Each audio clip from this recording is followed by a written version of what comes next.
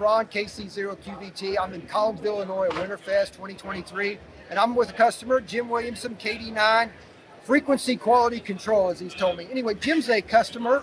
He bought a plug-and-play package from us a bit of time ago, and I'd like you to, Jim, if you wouldn't mind, share with us what was it about the plug-and-play that has got you on DMR, and why did you do it?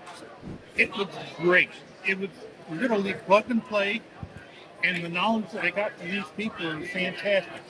Anybody can tell you a bunch of electronics, but they sold me knowledge, and they were there to help me, and I really appreciate that. I had a large stumbling block. I'd gotten a DMR radio from another company, ended up sending it back, and I tried from them, and I was on the air, and literally within an hour. And I have enjoyed it tremendously. So, making new friends? Oh, yeah. Learning new technology? Learning new technology. And And all your videos really help. Perfect. Anyway, thanks, Jim. Oh, thank you. Thank you more than you ever knew. Well, my team thanks you too. So, 7-3, folks.